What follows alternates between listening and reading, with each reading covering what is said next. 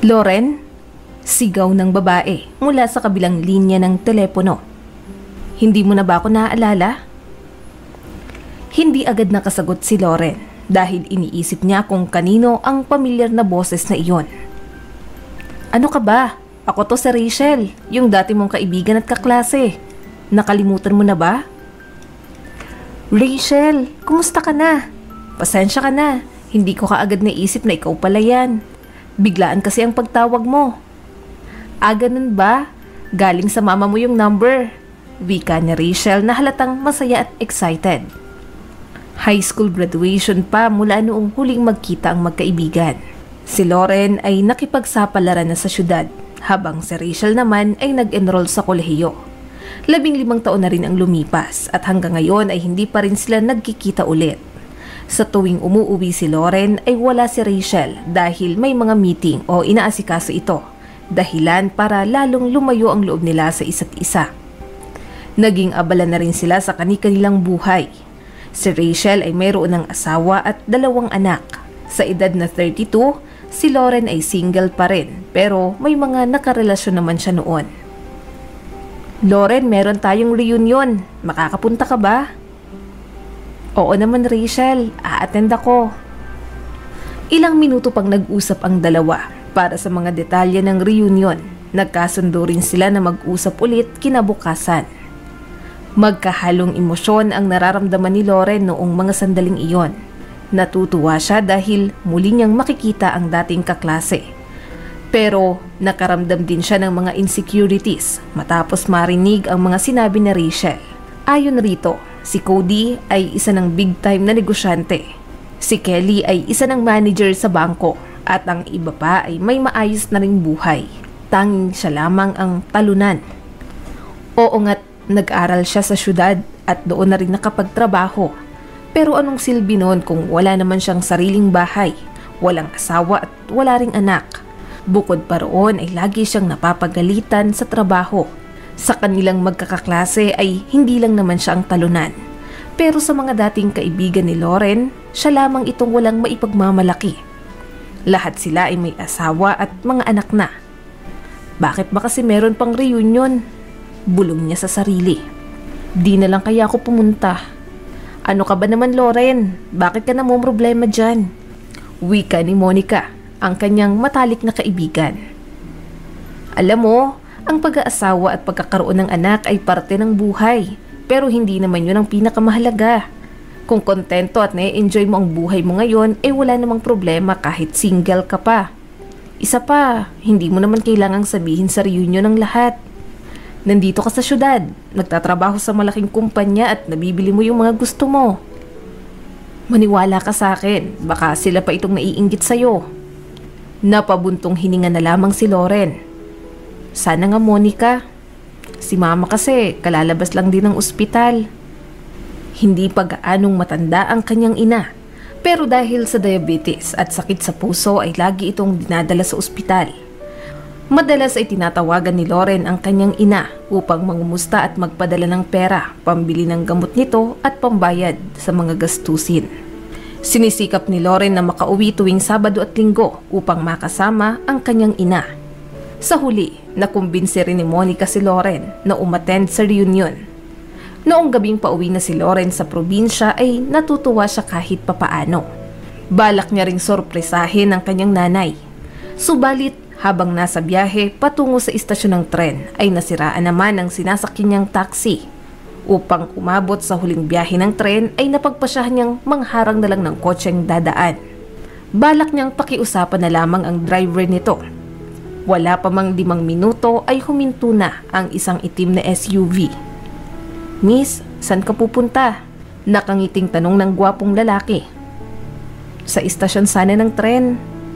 Ganun ba? Doon rin ako pupunta. Sumakay ka na. Sandali lang, kukunin ko lang yung bag ko. Wika ni Loren bago dali-daling sumakay sa SUV. Habang nasa biyahe ay nakausap ni Loren si Dominic. Papunta rin pala ito sa malapit na istasyon ng tren upang makipagkita sa kaibigan. Agad chinek ni Loren ang kamay ng binata at tama ang kanyang hinala. Wala pa itong asawa. Halos 20 minuto rin silang magkausap At bago bumaba si Loren ay hiningi ni Dominic ang kanyang cellphone number. Hindi na nagdalawang isip pa si Loren. Total ay nasa tamang edad na sila pareho kaya hindi na kailangang magpaligoy-ligoy pa. Tatawagan na lang kita, nakangiting wika ni Dominic. Sige, walang problema, pero uuwi ako ng probinsya. Baka di mo ako makontak dahil mahina ang signal doon sa amin. Sige, naiintindihan ko. Gusto mo, tulungan na kitang dalhin ng mga gamit mo? Tanong ng binata, sabay turo sa bag ni Loren. Wag na, okay lang. Hindi naman to gaanong mabigat. Ako nang bahala. Wala pa rin naman yung kamiting ko. Wika ni Dominic bago kinuha ang bag ni Loren. Pagkahatid sa istasyon ng tren ay lihim na napangiti ang dalaga.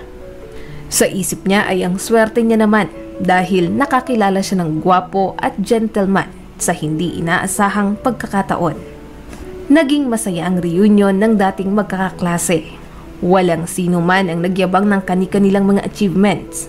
Lahat sila ay pantay-pantay ang tingin sa bawat isa. Mapanegosyante, manager o politiko man. Buti na lang at nakinig ako kay Monica, bulong ni Loren sa kanyang sarili. Tulad ng inaasahan ay walang nagkomento tungkol sa pagiging single niya. Sa halip ay pinuri pa siya ng mga ito. Tanging ang nanay ni Daisy ang hindi masaya. Anak, diba sabi ko naman sa'yo wag mo na akong intindihin. Gusto kong makita na masaya ka kasama ang iyong asawa at mga anak bago man lang ako mawala sa mundong ito. Mama, bakit ba nagagalit na naman kayo? Baka mamaya ay sumama pa ang inyong pakiramdam. Loren, bakit pinadalhan mo na naman ako ng pera? Dapat sana ay nag-iipon ka na para magkaroon ka ng sarili mong bahay. Hanggang kailan mo balak magrenta? Mama, huwag kayong mag-alala. Okay lang ako. Gusto ko lang na gumaling kayo. Alam ko naman na wala kayong ibang maaasahan. Saan kayo kukuha ng pera pambili ng gamot? Meron naman akong pensyon. Kasya na yun sa akin. Huwag mo na akong alalahanin. Nakangiting wika ni Daisy na noon ay tumanda pa ang itsura dahil sa mga puting buhok. Mama naman, kung hahayaan ko lang kayo ay siguradong magtitiis kayo sa tubig at tinapay. O baka mamaya, kanin nga pero dilata naman ang ulam. Mahal na mahal kita anak, wika ni Daisy bago mahigpit na niyakap si Loren. Dapat ay magpakasal ka na.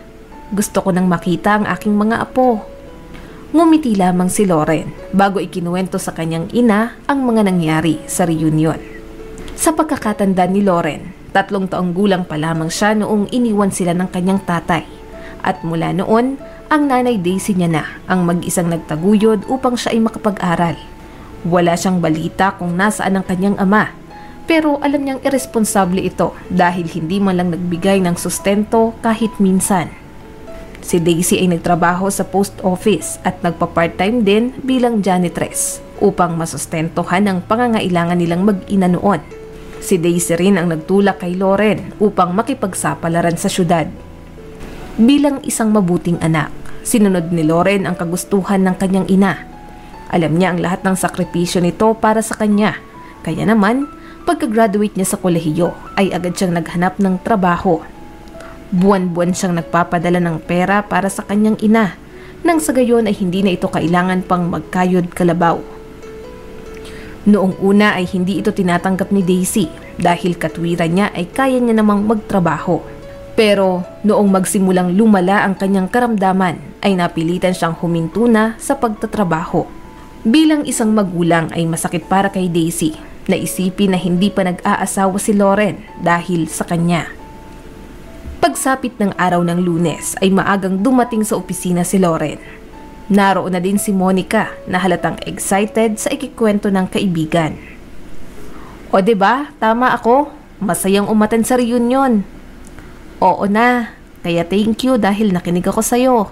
Masayang nagtawanan ang magkaibigan. Matagal na silang magkakilala. Simula pa lamang noong unang araw na magtrabaho si Loren sa kumpanyang iyon ay si Monica agad ang naging kapalagayan niya ng loob at sa nakalipas na 2 taon ay naging matalik silang magkaibigan. Si Monica ay lumaki sa syudad. may kaya rin ng kanyang pamilya. Sa katunayan ay isang malaking apartment ang iniregalo ng kanyang mga magulang pagka-graduate niya sa kolehiyo. Masaya si Monica sa kanyang buhay. Pero tulad ni Loren ay hindi pa rin dumadating ang taong nakatadhana para sa kanya. Marami na siyang nakarelasyon pero wala naman siyang seneryoso sa mga ito. Naniniwala si Monica na dapat magpakasaya muna siya sa buhay dalaga. Monica, wala ka bang planong magkaanak? Minsang tanong ni Loren. Nako, para sa akin, gastos lang ang pagkakaroon ng anak. Lalo na sa panahon ngayon, sobrang mahal ng bilihin. Kung sana milyonaryo yung mapapangasawa ko, edi okay lang. Ay nako, pareho lang tayo. Tumatawang wika ni Loren. Kinagabihan, pagka-uwi galing sa trabaho, ay nakatanggap si Loren ng tawag mula kay Dominic. Sa totoo lang ay nakalimutan niya ang tungkol sa binata dahil sa dami ng nangyari noong mga nakaraang araw. Napagkasunduan nila ni Dominic na magkita kinabukasan. Matyagang naghintay si Dominic sa labas ng opisina ni Loren. Nakatayo lamang siya sa harap ng kanyang SUV. Siya yung sundo ko. Bulong ni Loren kay Monica bago nilapitan si Dominic. Napatulala na lamang si Monica habang pinapanood kung papaanong binuksan ng gwapong lalaki ang pintuan ng kotse upang pasakayin si Loren. Grabe talaga, akalain mo may boyfriend na siya kaagad pero hindi niya man lang sinabi sa akin. Malalaman ko rin lahat bukas. Nakaismid na wika ni Monica bago nag-abang ng masasakyan pa uwi. Si Loren at Dominic naman ay kumain sa isang restaurant habang pinag-uusapan ang tungkol sa kanilang mga sarili. Naibahagi ni Dominic na siya ay kasalukuyang nagmamanage ng kumpanya ng kanyang tatay. Sa edad niyang 33 ay wala pa siyang asawa. Sa totoo lang ay mahirap paniwalaan na ang isang gwapo at mayamang lalaki na tulad niya ay single pa rin. Ang daming magagandang babae at siguradong interesado sila sa'yo, wika ni Loren. Well, marami naman talagang babae. Pero sa tingin ko ay ngayon ko palang nakilala yung babaeng para sa akin. Nakangiting wika ni Dominic habang pinagmamasdan si Loren. Loren, sa edad natin ay huwag na tayong magpaligoy-ligoy pa. Gusto kita simula pa lang nung una kitang makilala. Wika ni Dominic sabay kuha ng isang maliit na kahon. Isang white gold na bracelet ang inilagay niya sa braso ni Loren. Para saan naman ito? Wala akong dalang bulaklak sa'yo kanina, kaya naisip kong ito na lang ang regalo ko sa first date natin. Thank you, bulong ni Loren. Matapos maghapunan ay naglakad-lakad muna sila sa parke. Hindi pa rin makapag-isip ng maayos si Loren. Hindi niya ina-expect na ganoon kabilis ang mga pangyayari. Sa dami ng kanyang nakadate ay si Dominic lamang ang ganoon. Walang inaaksayang oras at pagkakataon. Inihatid siya ni Dominic pa uwi at bago bumaba ng sasakyan ay hinalikan muna siya nito sa noo. Bago matulog ay abot tenga ang ngiti ni Loren. Kinukurot niya pa ang sarili upang masiguro na totoo ang lahat ng iyon. Kinaumagahan ay nakatanggap siya ng mensahe mula kay Dominic. Good morning. Hintayin ulit kita mamaya sa harap ng opisina niyo. Napangiti na naman si Loren sa sobrang kilig. Hindi niya maipaliwanag, pero para bang sa maikling panahon ay nagtiwala at minahal niya agad si Dominic. Hindi ko lang talaga maintindihan. Papaano mong itinago sa akin ang napakagwapong lalaki? Magkaibigan ba talaga tayo? Bungad ni Monica sa kanya, pagpasok na pagpasok sa opisina. Monica, huwag ka nang magtampo. Last week ko lang siya nakilala. Tapos, binigyan niya ako agad ng bracelet sa first date namin. Ewan ko pero kakaiba talaga siya kumpara sa ibang lalaki. Nako, sa tingin ko din, iba talaga siya. Natatawang wika ni Monica. Sigurado, sa susunod na mag-date kayo, yayayain ka niyang mag-parachute. At dahil sa sobrang kilig ay papayag ka kahit hindi ka naman marunong. Siguro, papayag talaga ako para makasama siya. Kilig na wika ni Loren. Hindi ko maipaliwanag pero magaan talagang loob ko sa kanya. Sige, kung masaya ka sa kanya, edi go lang. Tsaka in fairness, maganda yung bracelet ha. Halatang mamahalin. Kinagabihan, naghintay ulit si Dominic para kay Loren. Kumain sila sa restaurant at nag-usap kung ano ang nangyari buong araw. Subconsciously, naghihintay ng sorpresa si Loren pero walang nangyari. Pagka-uwi ng bahay ay may narinig siyang ingay na nagmumula malapit sa kusina. Pagsilip niya sa bintana ay doon niya nakita ang maraming lobo. Nakalagay pa ang kanyang pangalan. Kinilig na naman si Loren dahil sa sorpresa ni Dominic. Talagang kakaiba ang pagpapa-impress na ginagawa nito. Hindi niya tuloy mapigilang mag-isip kung ano kaya ang susunod na sorpresa nito sa kanya. Sa edad ni Loren ay noon lamang siya nagmahal ng ganoon. Napakasaya niya at minsan ay naiisip niya rin kung papaano sila pinagtagpo ni Dominic. Papaano kung hindi nasiraan ang sinasakyan niyang taxi? Hindi siguro sila nagkakilala. Mula Lunes hanggang Biyernes ay nagkikita si Dominic at Loren. Tuwing Sabado at Linggo ay bumibisita pa rin ang dalaga sa kanyang nanay Daisy. Minsan ay gusto siyang samahan ni Dominic pauwi sa probinsya. Pero para kay Loren ay hindi pa iyon ang tamang panahon. Makalipas ang 3 buwan mula nang una silang magkakilala, ay naging maayos pa rin ang kanilang relasyon. Isang gabi, ipinakilala ni Dominic si Loren sa kanyang mga magulang. Ang kanyang ama ay seryoso at mukha talagang negosyante, habang ang nanay niya naman ay mabait at relihiyosa. Gusto nila si Loren at wala silang pakialam kung nagmula man ito sa probinsya. Ang importante sa kanila ay kung ano ang nararamdaman ng kanilang anak. Hindi nagtagal, nag-propose na si Dominic at tulad ng inaasahan, matamis na oo ang naging tugon ni Loren. Nagsimula na rin silang maghanda para sa kasal. Magkasama nilang inayos ang listahan ng mga bisita, bulaklak at mga susuoting damit. Ang tanging iniisip lang ni Loren ay hindi pa rin nakikilala ni Dominic ang kanyang nanay. Dominic, may sakit si mama. Pwede bang dalawin na lang natin siya pagkatapos ng kasal? Bakit hindi na lang natin siya dalhin rito sa syudad para matingnan ng mga magagaling na doktor? Magiging abala na tayo pagkatapos ng kasal. Sige, tatawagan ko si mama. Anak, natutuwa akong marinig na ikakasal ka na. Gustuhin ko mang pumunta pero alam mo naman, hirap na akong kumilos. Bisitahin niyo na lang ako pagkatapos ng kasal. Oo naman mama, bibisitahin po namin kayo. Wika ni Loren. Sa isip-isip niya ay kukumbinsihin niya na lamang si Dominic pagkatapos ng kasal. Hindi naman siguro nito mamasamain kung bibisitahin nila ang taong nagsilang at nagpalaki sa kanya. Kahit naman makakapag-asawa siya ng mayaman, ay hindi niya nakakalimutan kung saan siya nagmula. Sa araw ng kasal, suot ang kanyang wedding gown, ay hindi maiwasan ni Loren ang kabahan. Panay naman ang biro sa kanya ni Monica. Monica, kinakabahan talaga ako. Ang daming bisita at balita ko ay may journalist pa. Ano naman, okay lang yun. Ngayon ay asawa ka na ng milyonaryo at tagapagmana ng malaking kumpanya.